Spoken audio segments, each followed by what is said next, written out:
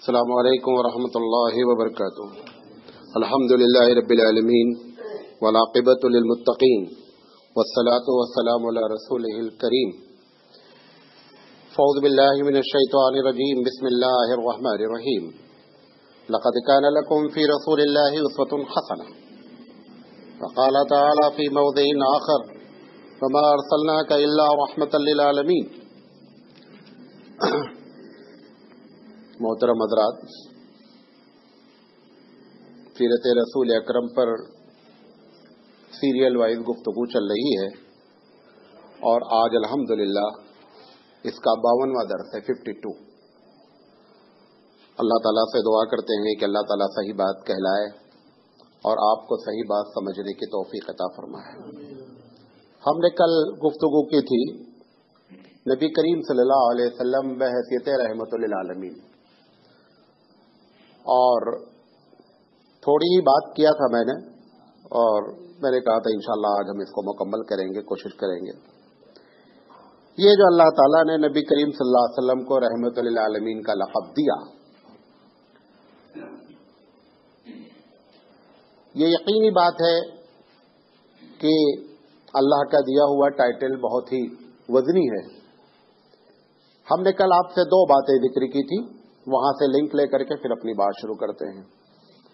ایک بات ہم نے یہ کی تھی کہ دنیا نے جن لوگوں کو سب سے نیچا سمجھا تھا، اللہ کے رسول صلی اللہ علیہ وسلم نے ان کو اتنا اوپر اٹھایا ہے جس کا تصور بھی نہیں کیا جا سکتا. اگر میری زندگی رہی تو میں انشاءاللہ اس پر ایک الگ سے بات کروں گا، خاص کر عورتوں کے بارے میں، کیونکہ یورپ کو بڑی شکایت ہے کہ عورتوں پر اسلام نے جو ہے بڑی زیادتیاں کی ہیں اور بڑی ناانصافی کی ہے. تو اگر زندگی رہی تو اس پر ہم مستقل ایک گفتگو کریں گے کہ عورتوں پر اسلام کے کیا احسانات ہیں. ہم آج آگے بات اپنی بڑھاتے ہیں کہ اللہ کے رسول صلی اللہ علیہ وسلم جو رحمت ہے سب کے لیے، اس میں سے ایک پوری دنیا پہ جو آپ نے اصلاح کی، سب سے بڑی اصلاح، گرچہ آج بھی دنیا اس میں پھنسی ہوئی ہے، وہ یہ تھا کہ آدم کی اولاد سب برابر ہیں.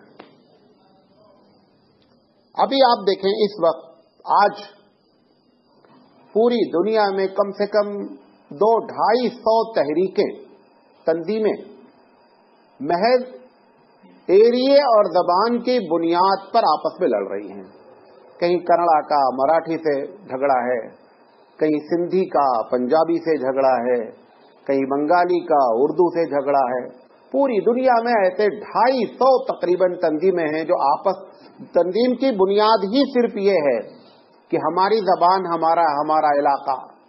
اللہ کے رسول صلی اللہ علیہ وسلم نے 1400 سال پہلے اس کو مٹانے کے لیے بڑی کوشش کی اور اپنے وقت میں پورے کامیاب رہے.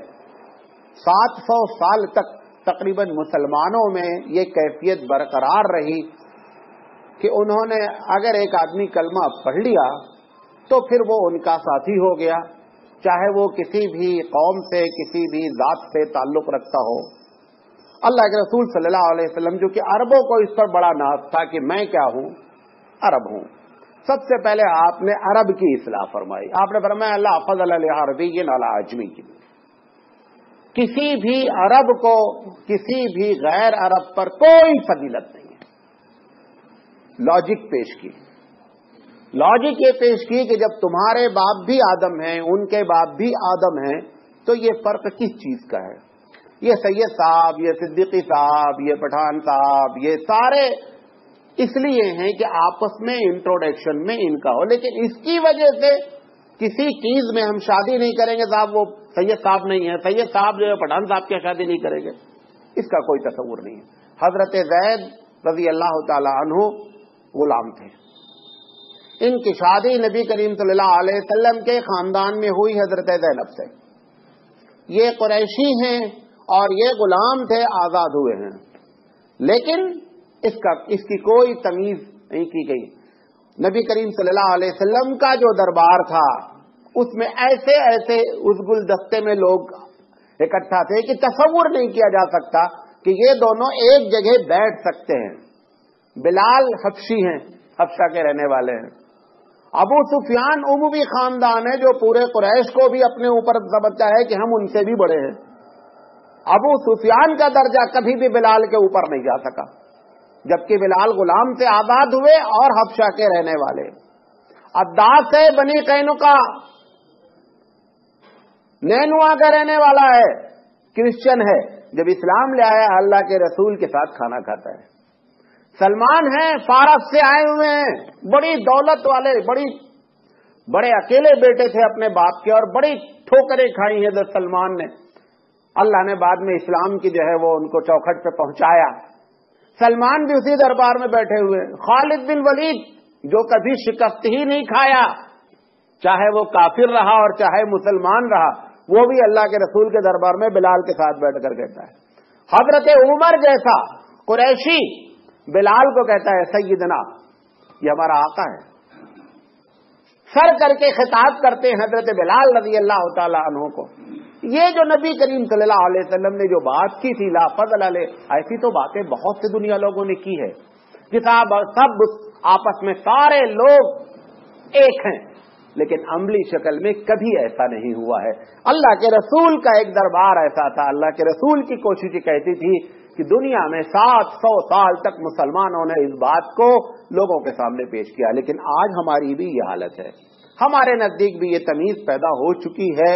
خاندان کے لحاظ سے ہم بٹے ہوئے ہیں، زبان کے لحاظ سے بٹے ہوئے ہیں. اللہ کے رسول صلی اللہ علیہ وسلم نے فرمایا ایھا الناس ان ربکم واحد، تم سب کا اللہ ایک ہے. ان اباکم واحد، اور تم سب کا باپ ایک ہے. کلکم من آدم، ہر شخص آدم سے پیدا ہوا ہے، وہ آدم من تراب، اور آدم مٹی سے. کس بنیاد پر تم آپس میں فخر کرتے ہو؟ پھر آپ نے فخر کی ایک وجہ بتائی. یہی ایک وجہ فخر کی ہو سکتی ہے، وہ یہ ہے ان اکرمکم عند اللہ اتقاکم، کہ جو تم میں سب سے زیادہ خوف خدا رکھتا ہے وہ ڈگری میں سب سے زیادہ ہے. وہ بلال بھی ہو سکتے ہیں، وہ ابو سفیان بھی ہو سکتے ہیں، وہ خالد بن ولید بھی ہو سکتے ہیں، وہ ابو بکر صدیق رضی اللہ تعالیٰ عنہ بھی ہو سکتے ہیں. لیکن بنیاد صرف جو ہے وہ کیا ہے؟ اللہ کے خوف کی بنیاد ہے. نہ اللہ کے رسول نے پیسے کو بنیاد بنایا، نہ اللہ کے رسول نے خاندان کو بنیاد بنایا، نہ اللہ کے رسول نے رنگ کو بنیاد بنایا، نہ زبان کو بنیاد بنایا. آج ان میں پوری دنیا الجھی ہوئی ہے.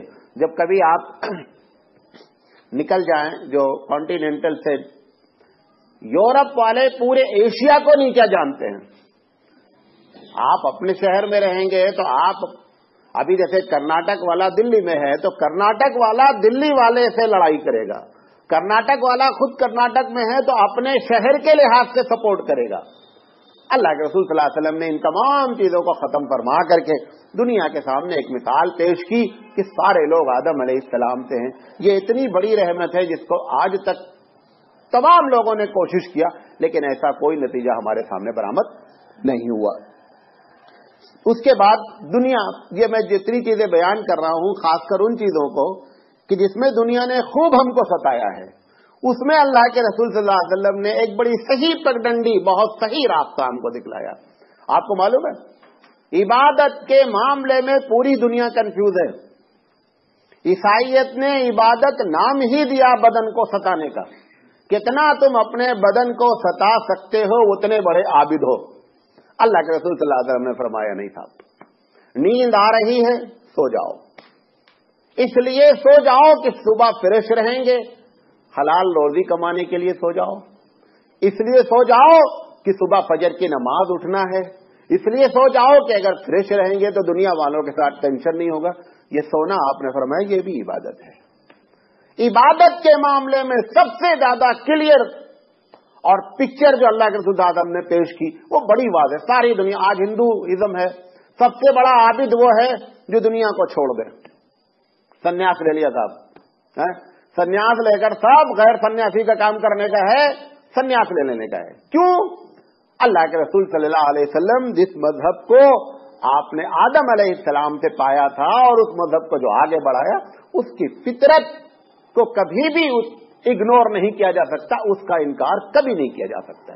یہ فطرت ہے انسان کی کہ دنیا میں آیا ہے، دنیا میں رہے. آپ نے کہا الدنیا مزرعہ الاخرہ، کہ لوگوں دنیا کے ذریعے آخرت کماؤ. آپ نے عبادت کے معاملے میں آپ کی اہلیہ کا ایک واقعہ ہے کہ وہ رات میں بڑی عبادت کرتی تھی تو رسی ایک باندھ رکھا تھا چھت میں, اس میں گانٹھ لگا رکھی تھی. جب نیند آتی نا تو وہ رسی پکڑے رہتی تاکہ گرنے کا نہیں. اللہ کے رسول صلی اللہ علیہ وسلم کی نگاہ پڑی, یہ رسی لٹک رہی, اس میں گانٹھ لگی. پوچھا یہ کیا چکر ہے؟ کہا نہیں, وہ رات میں نماز پڑھتے ہیں تو نیند آ جاتی ہے تو گانٹھ پکڑ لیتے تاکہ گرنے کا نہیں. کہا اس کو نکالو, پہلے یہ رسی پہلے اتارو.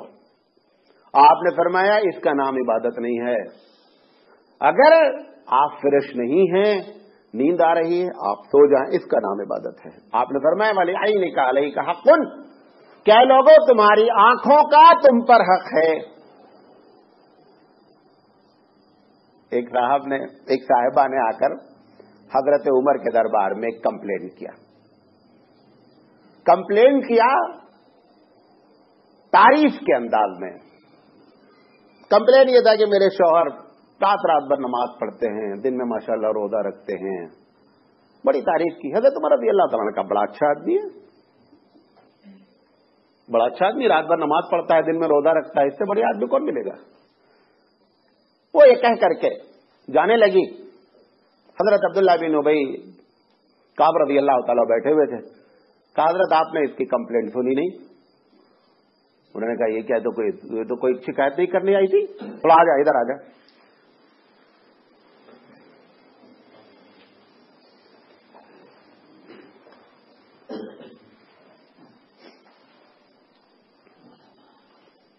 جگہ کا دوسرا انتظام کرنا پڑے گا انشاءاللہ. اچھا, کیا کہہ رہا تھا, بتانا پڑے گا. ہاں, حضرت کعب رضی اللہ تعالیٰ عنہ نے کہا کہ آپ نے ان کی شکایت کو حل نہیں کیا. انہوں نے کہا یہ کیا شکایت کر رہی, رات میں نماز پڑھتا ہے, دن میں روزہ رکھتا ہے. کہا یہ تم سے کمپلین کرنی آئی تھی. کہا اچھا بلاؤ. بلایا. کہا تم شکایت کرنے آئی تھی یا تعریف کرنے آئی تھی؟ کہا حضرت میں آئی تھی تو شکایت کرنے, لیکن آپ سمجھ ہی نہیں سکے.